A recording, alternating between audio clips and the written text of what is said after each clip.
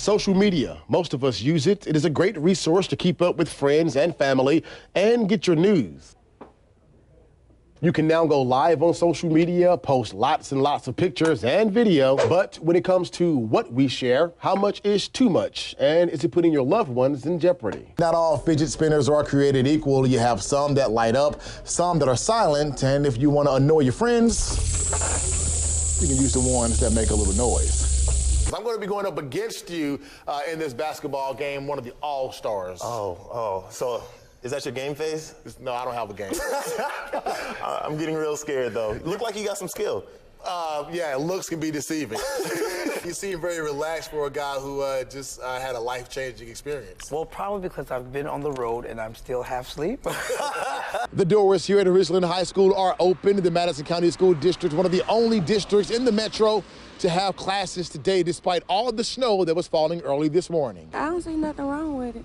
It's not, the roads are not that bad, and it's the snow that they don't have to make up, so. I think it's unusual because there's no other schools open and the roads are a little bit bad in some places and the snow is still coming down, but I understand they want the children to get every opportunity to learn what they need to learn. When we had such a small amount of snow, they closed the school. But now all this right here, and I'm like, wow, why didn't they close the schools? The Madison County School District sent out a tweet reading, all of Madison County schools are open today on a regular schedule. Roads are passable and buses are running as normally scheduled. Well, you don't see this often in Mississippi, though, so they were pretty excited about the snow, not to stay at home, but to just get out and experience it driving. One student we talked to said he was a little nervous during his ride to school. Because we turned the corner one time and the bus went like this. I don't think a bus is supposed to do a complete horizontal on a corner. I'm pretty sure it's not supposed to do that,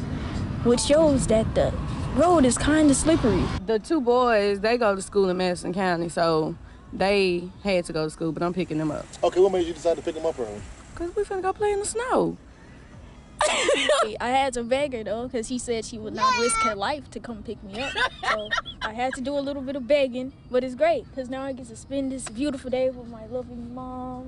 And not all students who showed up here at class today completely missed their snow day between lessons. We did see some kids outside having fun in the snow.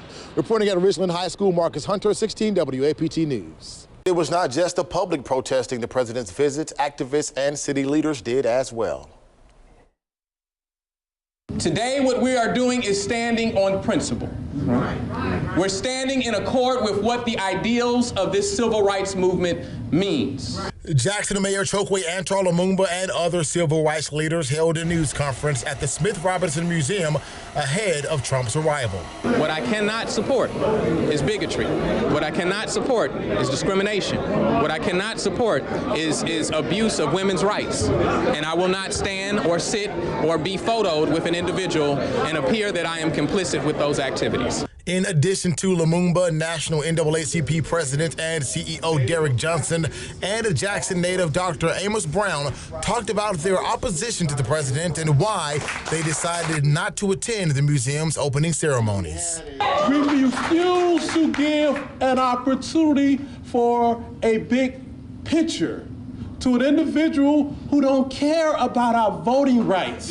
Since Donald Trump has not stood up for our civil rights in the Congress, neither at the White House.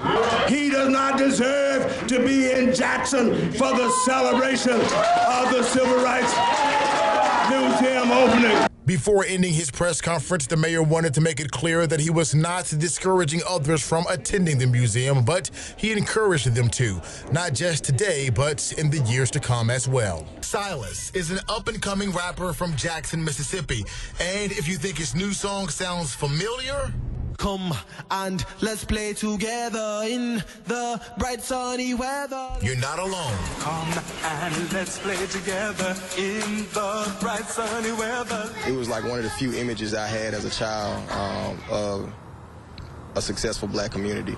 It wasn't a lot of that on TV. It's still not a lot of that on TV right now. This song has been listened to 1 million times on YouTube. And this week, on Tuesday, Silas released this video online. It starts with a prologue where Silas acts out a police-involved shooting of an unarmed man with a phone. Silas said when he got the instrumental from producer Don Shea, the mid-90s TV theme inspired him to write a message for his own community today.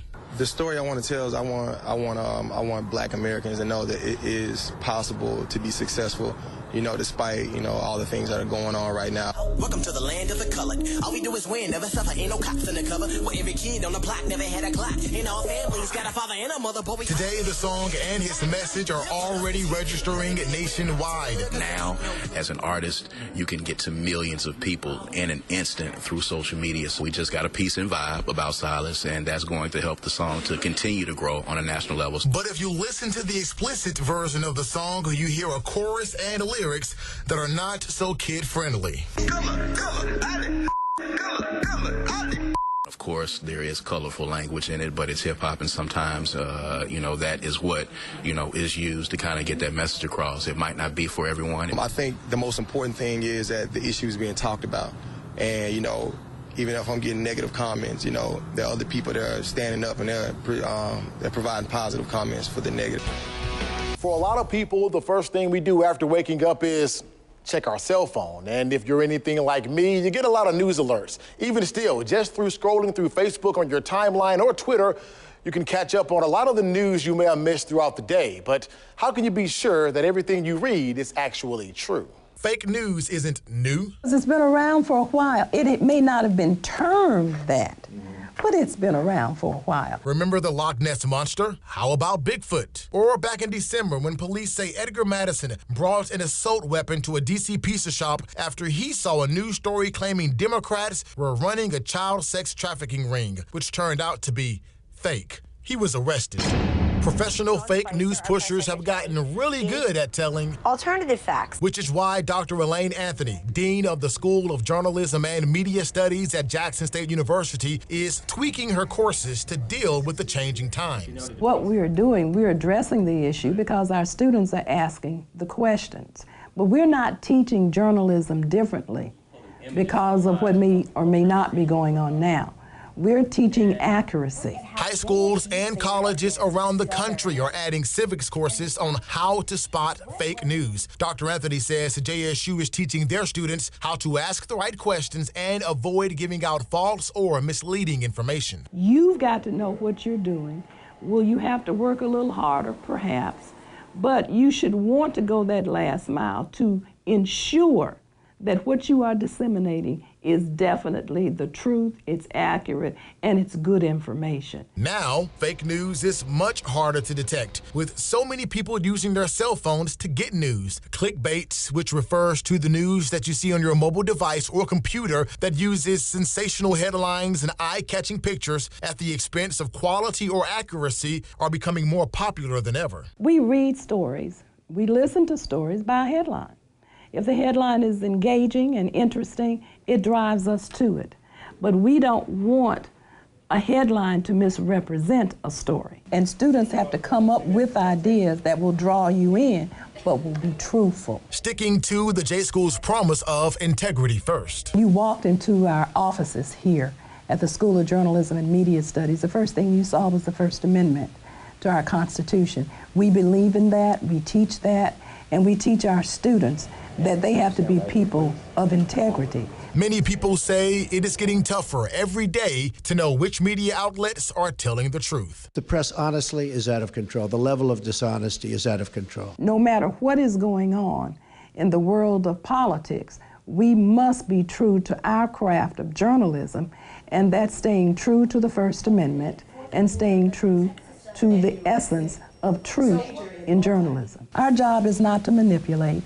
Our job is to know what we're doing, ask the right questions, and the truth will prevail. So here are some tips on how to spot fake news. Does the URL look odd? That .com, .co ending on an otherwise authentic looking website is a red flag. When in doubt, click the contacts and about links to see where they lead. How is the writing? Cap locks and multiple exclamation points don't have a place in most real news organizations. Facebook is working with the Associated Press, factcheck.org, and other organizations to curb the spread of fake news.